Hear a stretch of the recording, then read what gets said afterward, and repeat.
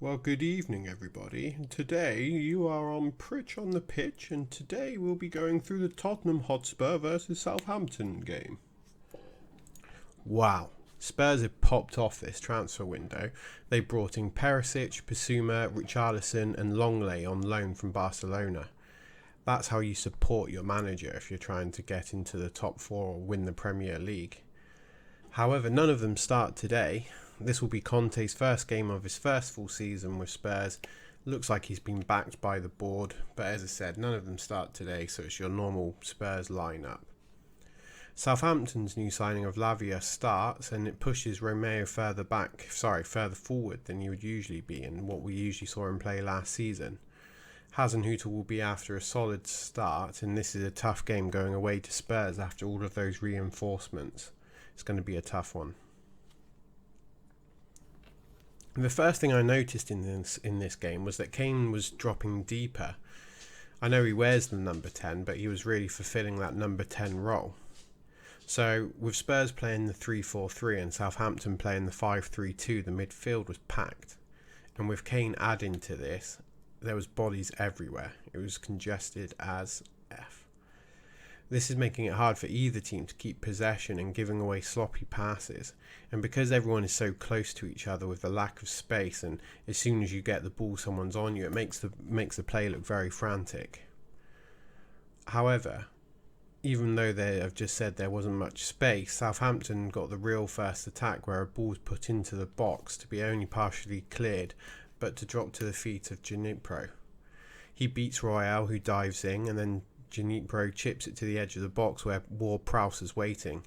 He doesn't hit it cleanly, but he hits it into the ground, and the bounce takes it over the keeper, giving Southampton an early 1-0 lead. It was a real bulge from the blue, and it was their first real attack of the game. Spurs didn't seem to react to this goal, and the status quo seemed to sneak back into the game where it's mainly being played between the two penalty areas. I really don't like Kane playing in this 10 role because it is so congested in there. It's not stretching the lines and creating space for anyone. So it goes down to individual skill. Royale manages to wiggle through from his defender and gets nudged off the ball. He looks for a penalty but nothing given. However, this was a sign that Spurs were slowly taking more chances as Southampton seemed to back off, happy with their 1-0 lead and hoping to keep it tight. But, however, Spurs were slowly turning the screw on this. It's pretty much both teams are cancelling each other out, with individuals getting a little glimpse every now and again. One of these glimpses was when Kulusevski was not shut down, and so he has time to get a whipped back post crossing, and who's waiting for it but the Spurs left back Sessegnon, who gets his head on it and heads it home for his first goal for the Premier League club. It was just like the Nunes goal earlier. He must have had a head rush though, because after he celebrated it, the very next action was to go and dive into a 50-50 tackle, which ends up with him getting a yellow card. He's still young and he must have had a head rush. But after that flash of excitement, we are back to the enclosed midfield section where all the action is happening between the two clubs' penalty areas. Both teams prodding and poking, trying to find a crevice to exploit. But using the lower tempo part of the game to compose themselves, both teams are happy for a breather. However, in the same spot that we just saw, Højbjerg picks the ball up and plays a deep cross again, but this time to Son, who takes a shot straight at the keeper. But the shot is too powerful, however, and the goalkeeper can't rein it in, so ends up pushing it out for another Spurs corner. The Spurs corner comes in and it gets head out to exactly where Højbjerg had just put that cross ball across to Son. And surprisingly enough, like deja vu, he tries it again. Son tries to pick out a low cross shot, and for some reason Dyer's there in front of all of the defender, who dips his head low to meet it. This flashes it across the dead zone between the goalkeeper and the defenders. The defenders can't stick their legs out, otherwise they might get the own goal, and so it just flies straight through to the opposition post and Dyer scores. As a result of that second goal, it seems to encourage Spurs even more. However, they are just playing it a little bit more safe than before. The wing backs aren't pushing as far forward, they're just leaving it down to Son and Kulusevski. for example, though, to show how much it was that Kane was dropping deep and it was the other two who were the main goal threat, is that Kane didn't have a shot until the 47th minute, and that was at the end of the first half.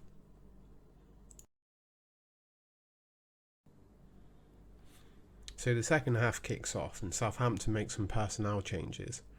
However, it doesn't look like they've made any systematic changes, so we will be in for another half of a congested midfield.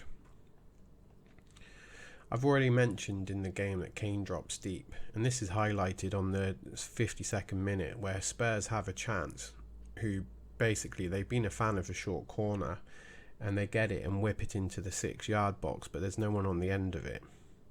This could have been Kane if he was playing on the last man. However, it's not all disadvantages, as in general play, Kane is dropping deep to receive the ball and then immediately looking to the left and right wing backs. So on the left that's Sessegnon and on the right it's Royal. However, Walker-Peters is doing a good job of keeping Sessegnon quieting open play. Okay, Sessegnon was able to break free and get that goal, but that might have been through a lack of communication between Walker-Peters and his centre-back. On the right-hand side, I do say Royal, but Kulusevski really makes the majority of those balls, with Son moving into the number 9 position. The Southampton changes did make them more competitive, however, and they were slowly growing back into the game with the fresh legs in an early season game. However, they were unable to create much chances of this because of the congestion. Because of the congestion in the midfield, the chances were most likely to come from the wing-backs from both teams. In this instance, Royal was able to start a counter-attack and launch himself down the left wing. He put the ball across, expecting to see Kane or Son again, who were going to be there to tap it in. However, there wasn't a Spurs player in sight. Again, a result of the Spurs front line dropping back and not being able to keep up with play. However, in this instance, they didn't need that, as Salisu was waiting and unfortunately made an absolute mess of the cross and put it into his own net under no pressure at all. This is going to be one that's going to haunt him for a while and show up on a lot of bloopers videos. I guess it was just tiredness that he wasn't able to get his body position right and clear it.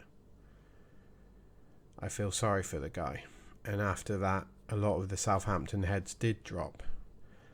And it showed 2 minutes later as Royal again cut it back to Kulusevski, who switched it onto his left foot and just casually curved it around the defender and the goalkeeper to make it 4-1. That was game over at that point.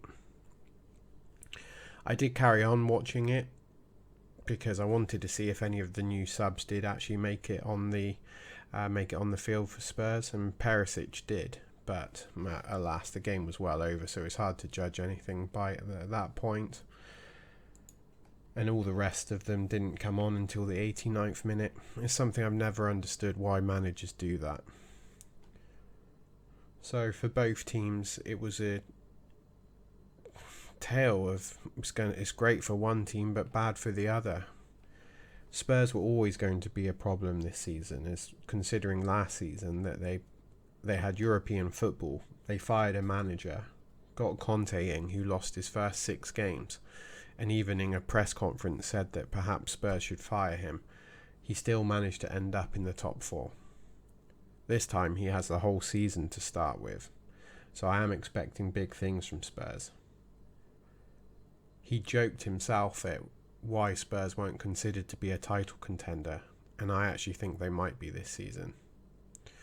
They still have some things to work on, as I said, either the timing of the wing-backs' crosses or the speed of the attacking players to keep up with where those crosses are going, because if they had tucked those away, you would have been looking at a higher amount of goals for them.